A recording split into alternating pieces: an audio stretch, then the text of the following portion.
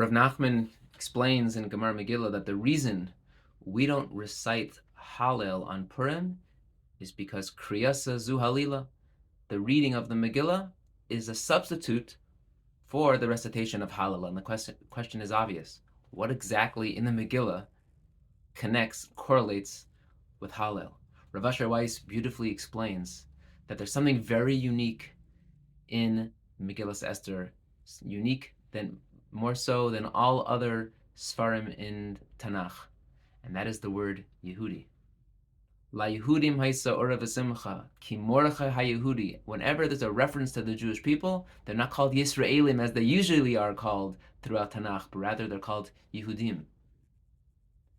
Yehudim connotes something very different. It connotes gratitude, because the first person to be called a Yehudi was none other than Yehuda. And the reason why Leah called him so was because Hapam Odes Hashem, Al Kain Karash Shmo Yehuda. This time I will give thanks to Hashem and call him Yehuda. Peppered throughout the Megillah is Shavach Vehoda LaHashem Yisbarach, are all forms and expressions of gratefulness, of thanks and praise to HaKadosh Baruch Hu. We don't need Hallel. Hallel is a form of giving Shevach and Hoda, giving gratitude and thanks to HaKadosh Baruch Hu.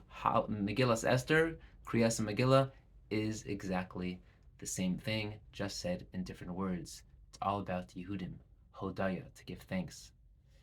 And perhaps on this Purim, despite all of the tragedy that we have been dealing with over these last number of months, is still an opportunity to give gratitude, to give thanks to HaKadosh Baruch Hu. Thanks that we have our own country, our own state, our own land, that we are not victims that have to wander from place to place looking to figure out where our next move is going to be.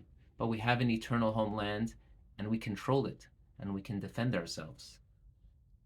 This past week, we received the tragic news that Daniel Peretz passed away defending our country, was kidnapped by the terrorists and murdered in cold blood.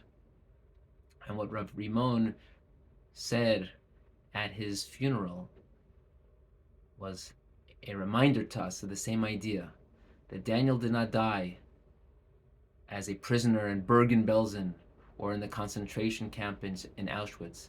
He died as a Kohen Gadol, as a high priest, defending his people, defending his land. So despite all the tragedies that surrounds us, we are Yehudim.